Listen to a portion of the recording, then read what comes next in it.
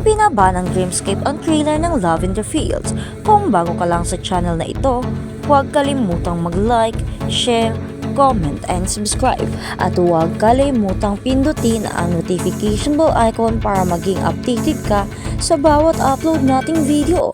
Ang trailer ng upcoming series na ABS-CBN ng Lavender Fields na pinagbibinahan ni na Jody, pinalaya na si Maria. Noong Martes ay binaba ang show producer na Dreamscape Entertainment ang preview sa pamamagitan ng social media post. Sumali si Santa Maria sa upcoming drama ni Jericho at Janine at Maricel. Sa trailer, ang karakter ni Santa nakilala at nahulog si Maria sa karakter ni Rosales na ikinasal naman sa karakter ni Gutierrez. Sa direksyon ni na Emmanuel Palo at Jojo Sagin, mapapanood ang Lavender Fields sa primetime bida ngayong September. Ibinaba ang Dreamscape ang trailer ng Lavender Fields. Ang trailer ng upcoming series ng ABS-CBN na Lavender Fields pinagbibidahan ni Jody na pinalayan ni Maria. Sumali siya bilang banda naman. Janine Inosayan ang acting para sa nanay. Nahirapan si Janine Gutierrez nang makatrabaho ang inang si Lot Latilion na kasama ang mag-ina sa pelikulang Lavender Fields. Pinagbibidahan ng dalaga at ni Jericho at Jody. Kinabahan ako. Mas kinabahan ako, ewan ko ba. It was hard for me, I don't know. Mas nafe-feel ko siya noong napapanood ko na. Even kasi with my siblings, lahat kami pagpapasok si mama. Tapos parang alanganin yung sitwasyon. Yung kapatid ko umiiyak. Nakangiting kwento pa ni Janine. Mapapanood ngayong September ang Lavender Fields sa naturang digital film sa pamamagitan ng KTX Philippines, iWant TFC at iba pang streaming platforms. Aminado si Janine na starstruck siya na maka-eksena ang ina. Para sa dalaga ay kailangan niyang paghusayan ang pag-arte upang walang masabi si Lotlot tungkol dito. While shooting it, parang kinakabahan ako. Na starstruck ako siguro sa nanay ko. Parang feeling ko I had to step up kapag si mama yung ka-eksena ko dahil nanay ko siya. Ang lahat naman ng ginagawa ko ay para maging proud siya. One on hand, it's easier than nanay ko siya. On the other hand, it's hard kasi nanay ko siya. Pero it was very fun.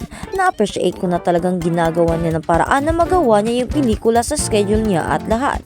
Pagbabahagi pa ng actress, ayon kay Janine, ay malaki ang pagkakahawig ng karakter ni Lotot sa naturang pelikula at sa totoong buhay. Ganoon talaga siya o tumingin sa totoong buhay. Marami talagang nakarelate, so iba talaga yung mga nanay. May psychic power sila, alam nila kapag meron kang iniibig pagtatapos ng dalaga. At sa kabilang balita naman, kay Yolo kay Carlos, humingi ako ng patawad, anak, nanay lang ako. Umiyak na humarap si Angelica Yolo ng nanay na Olympic gold medalist si Carlos Julio sa harap upang media tapusin na ang mala teleseryeng kaganapan sa kanilang pamilya. Kasama ang kanyang legal counsel na si Attorney Raymond Porton. Nagbigay ng mensahe si Angelica bilang tugon sa naging revelasyon ng kanyang anak hinggil sa kanilang hindi pagkakaunawaan. Ang aking huling pananalita hinggil sa girian sa aming pamilya at ang panig ng anak ko kasama ang GF niyang si Chloe San Jose. Umabot na kasi ito sa nakaalarmang sitwasyon dahil buong sambayanan ay alam na at nakaabang na sa mga susunod na salita ng bawat isa kung kailan dapat na ang ganitong hindi pagkakaunawaan ay manatiling pribado at inaayos sa personal na paraan. Simulang pagbabahagi pa ng nanay ni Carlos sa ipan na Angelica, wala siyang ibang hangad kundi ang kabutihan ng anak at inamin niya na may pagkakamali rin bilang nanay. Pagpapatuloy niya, hindi ako perpektong ina at alam ng Diyos na hindi ka rin perpektong anak. Walang perpektong pamilya, walang hangad ang inang ina kundi ang bawat miyembro ng pamilya. Carlos Yulo ipinaglalaban ang jowa sa ina. Ayaw niya lang talaga kay Chloe.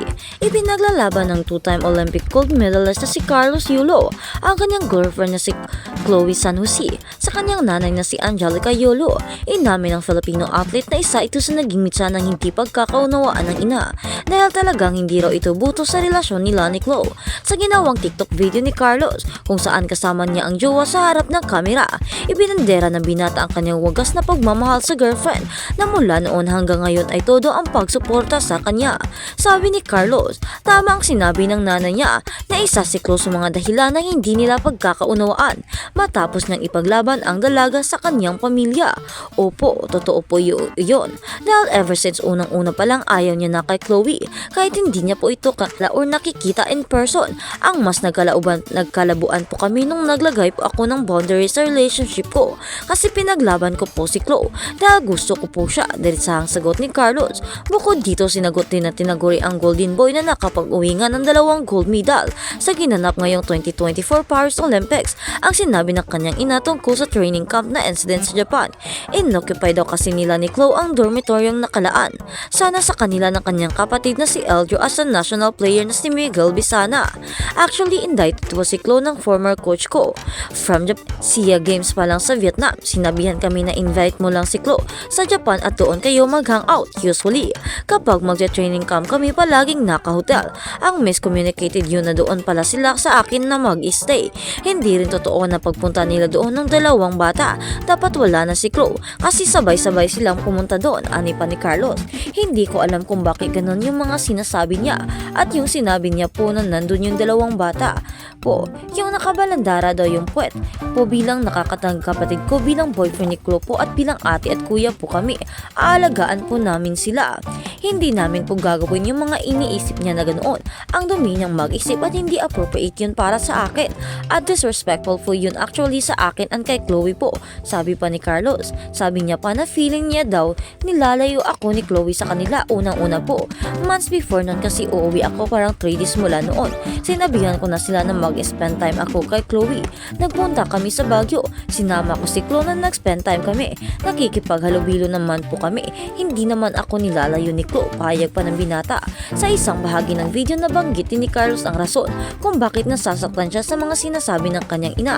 May recent interview po kayo na kino-congratulate niyo po ako. Kung genuine po talaga kayo, maraming salamat po. Na-acknowledge ko po yung pagko-congratulate niyo sa akin. Nag-flashback po rin talaga yung masasakit yung sinabi sa akin at yung mga hindi niyo pag-wish well sa akin. Tumatak po yun sa akin talaga. Ang message ko po sa inyo na mag-heal kayo, mag-move on. Napatawad ko na kayo a long time ago po at sana maayos kayong kalagayan dyan lahat. Tigilan na po natin ito at i-celebrate na lang po natin yung mga ginawa po nating paghirap, pagsasakripisyo ng bawat atletang Pilipino dito sa Olympics, ang mahinahong say pa ni Carlos. At habang sa kabilang balita naman, Joey Reyes don't give me the space for to a drama queen mother. Nakiusap ang FDCP chairman na si Joey Reyes sa media patungkol sa umiingay na sigalot sa pagitan ng 2-time gold medalist na si Carlos Yulo at ng kanyang ina na si Angelica Yulo. Sa kanyang Facebook page ay binahagi ng direktor ang kanyang sentimento tungkol sa isyu ng atleta at sa kanyang ina. My dear colleagues and the media, he just lifted the spirit of the nation by winning 2 Olympic gold medals. The people are overwhelmed with pride and joy. Saad pa ni Direk Joey. Kaya naman sana ay sa halip na mag-focus sa issue ni Carlos sa kanyang ina, ay sana raw mas bigyang highlight ang ibinigay na karangalan ng binata sa ating bansa. So please don't give media space to a drama queen mother who wants to tarnish the moment of glory of her own son, regardless of personal reason.